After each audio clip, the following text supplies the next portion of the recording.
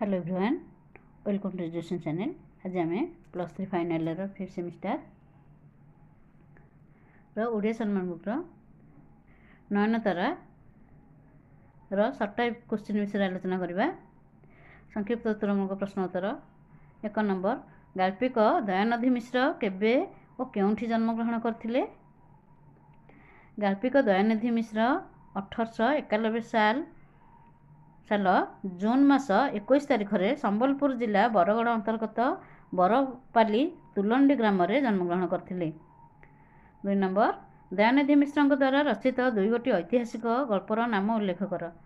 दयानिधि मिश्र द्वारा रचित 2 गोटी ऐतिहासिक गल्पर नाम है शांति और अरुणा।